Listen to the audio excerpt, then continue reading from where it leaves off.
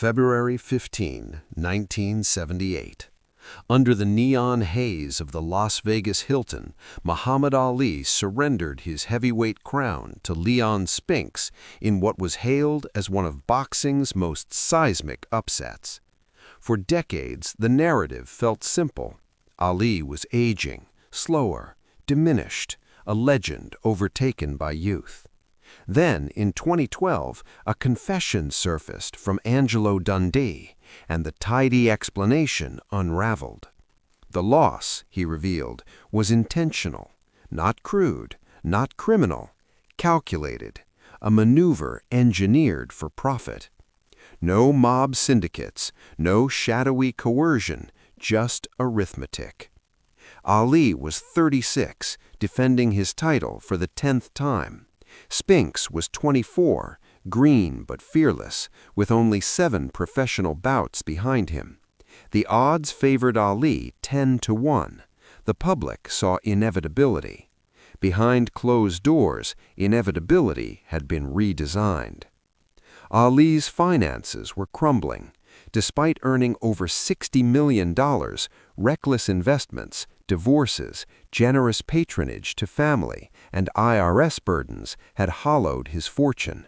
Time, too, was merciless. His reflexes dulled. The end loomed. Enter Don King. King proposed not a defeat, but a strategy. Lose the first encounter, manufacture astonishment, demand an immediate rematch, monetize redemption. The concept was audacious. Lose now, earn triple later, retire restored. Ali hesitated. The competitor recoiled. The businessman calculated. Dundee objected fiercely. This was heresy. Yet practicality prevailed, with one stipulation. If real danger surfaced, the charade would end. Preparation became choreography. Ali trained, though not ferociously. He rehearsed vulnerability, a lowered left hand, sluggish pivots, porous defense, subtle invitations for Spinks to strike. Fight night arrived. The crowd sensed something amiss. Ali's footwork lacked buoyancy. His jab was anemic. He yielded rounds through conspicuous passivity. Spinks surged, unaware he was navigating prearranged apertures. Confidence swelled. The judges tallied. Split decision. Spinks crowned champion. Shock rippled through the boxing world. Analysts blamed age, motivation, entropy. No one suspected orchestration. 7 months later, at the New Orleans Superdome, the rematch materialized. The purse ballooned.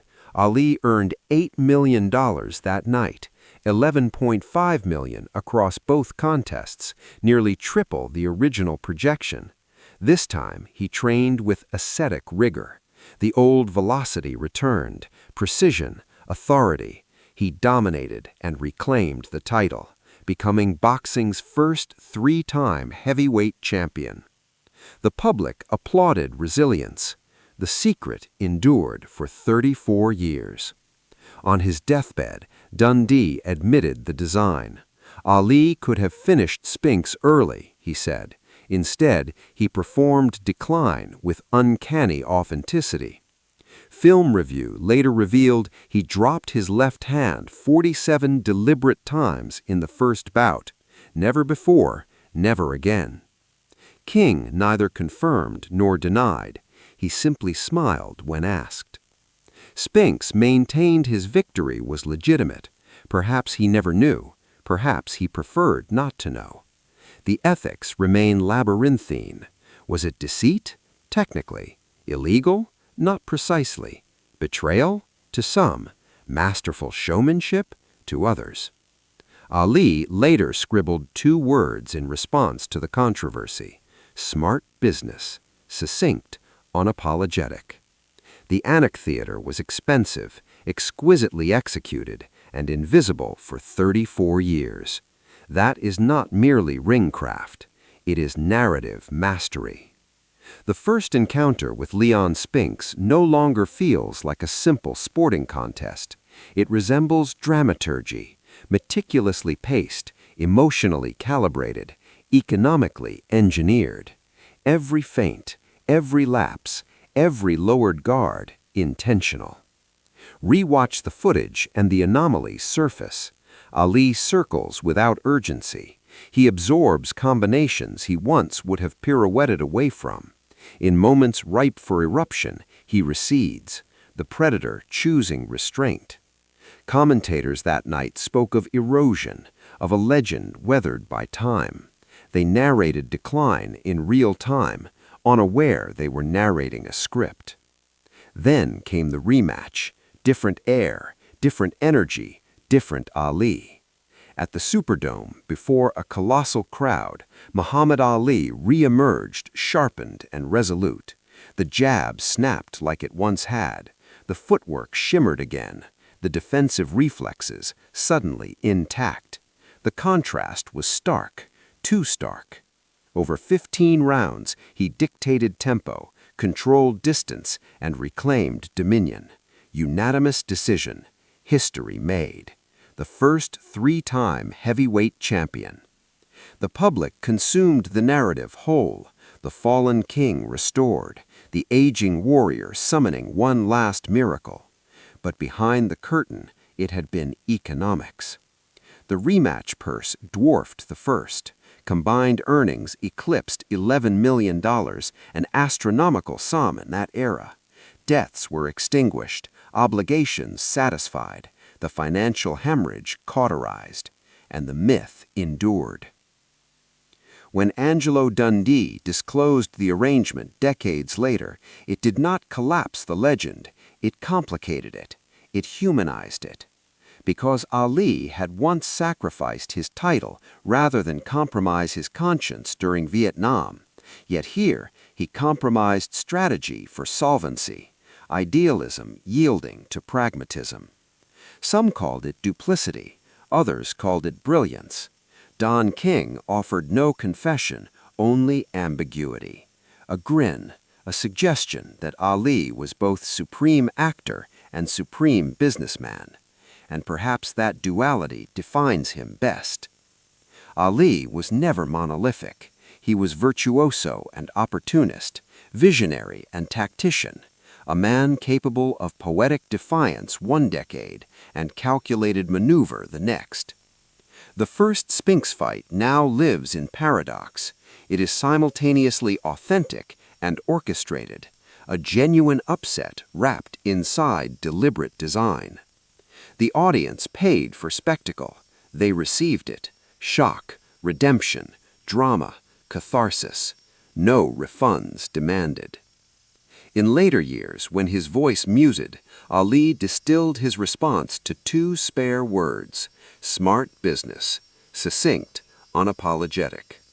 The theater was expensive, exquisitely executed, and invisible for 34 years. That is not merely ringcraft, it is narrative mastery. Narrative mastery that blurred the boundary between combat and commerce. Boxing has always thrived on mythology, heroes rising, champions falling, redemption earned beneath incandescent lights. The first Spinks bout fit that template so flawlessly it seemed ordained. A young Olympian dethrones an aging icon, the empire trembles, the world gasps. Yet if the confession holds true, the tremor was engineered. Revisit the rounds carefully. The cadence feels peculiar. Ali's timing, once preternatural, appears fractionally delayed, as if he is measuring rather than reacting. He leans back a shade too long. He allows flurries to land cleanly enough to sway judges, but not catastrophically enough to endanger him. It is subtle, surgical. A single reckless exchange could have shattered the design. One impulsive combination might have altered history, but restraint prevailed, discipline of a different sort. When the rematch unfolded, the transformation bordered on theatrical revelation. The languid monarch of February became the calculating sovereign of September. The jab reasserted authority. The ring once again felt like his province. Spectators called it resurgence. Analysts cited renewed motivation. Age had supposedly paused. In hindsight, the disparity feels almost allegorical. Decline performed, dominance restored. The ethical debate lingers like smoke. Purists recoil at the notion of intentional defeat. Sport, they argue, demands uncompromised effort. Others counter that boxing is spectacle as much as contest. Revenue, contracts, rematches, the machinery hums beneath every punch thrown. If Ali orchestrated his own fall only to script his resurrection, was that betrayal or genius? History rarely answers in absolutes. What remains indisputable is the outcome. Financial security achieved, legacy preserved, a third championship etched into record books, the mythology intact, only textured now with ambiguity. Ali's career was never linear. It oscillated between conviction and calculation, poetry and pragmatism. He could be the moral dissenter who surrendered a title on principle. He could also be the strategist who surrendered one temporarily for leverage. Both realities can coexist. The Spinks saga stands as a prism. Turn it one way and it refracts deception. Turn it another and it reflects shrewd entrepreneurship. Either way, it reinforces a truth about Muhammad Ali. He was perpetually performing, sometimes for justice, sometimes for survival, always for effect. And perhaps that is the final layer. The ring was his canvas, the audience his congregation, the narrative his greatest weapon. In February 1978, the world believed it witnessed vulnerability. In reality, it may have been watching choreography, meticulous, lucrative, unforgettable.